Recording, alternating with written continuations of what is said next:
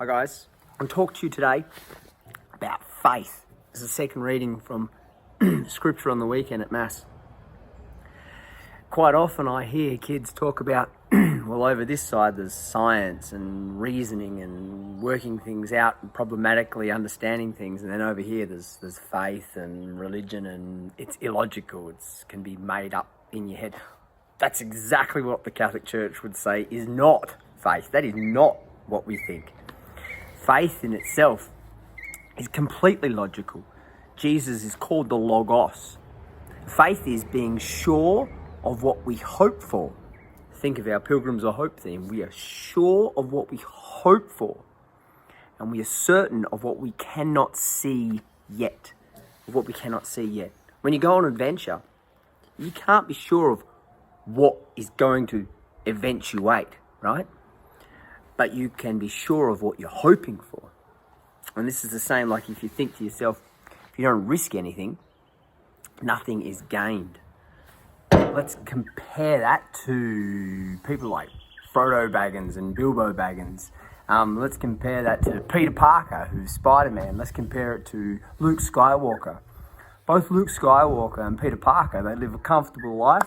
Luke lives with his auntie and uncle, but he's called to adventure. He risks something and he gains something. He eventually becomes sure of what he hopes for the galaxy. And he becomes certain of what he cannot yet see. He has faith that it's all going to work out well. But he has to get off the couch. He has to stop scrolling on his phone. He has to get off the couch, not be lazy, and go out for adventure. He's called to adventure. So let's go do it. And he does.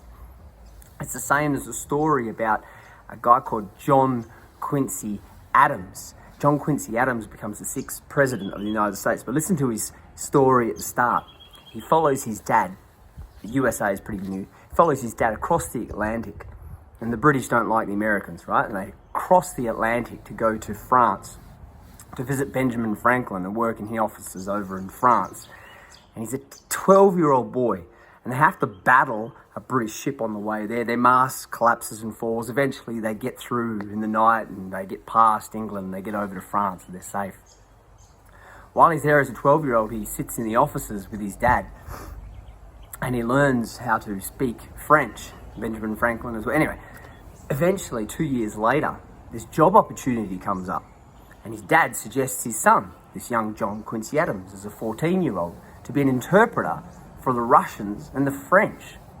What a crazy set of circumstances, an American doing this sort of thing. This is way back before the 1800s have started, so the late 1700s.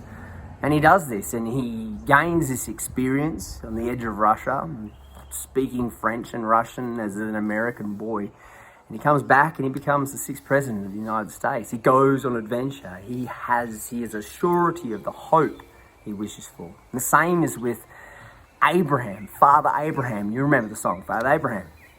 He is called by God. He says, let's go, mate. Come on, I've got this job for you to do. I want you to have faith in me. I want you to establish this nation of people that are the people of God. And without that, we don't have the set of circumstances where Jesus arrives where he does, and we don't have the set of circumstances where we, in Northam, have a Catholic school. I'm not doing this to you if it isn't for Abraham saying yes to that adventure. Guys, let's get off the couch. Let's go. Let's do things. Let's have faith in what we can hope for, and let's be certain of what we can see. That's the faith we're after. That's the faith Father Abraham attributed himself to get all this stuff rolling. Have faith, guys. Get off the couch and let's go. Let's do. Father Abraham.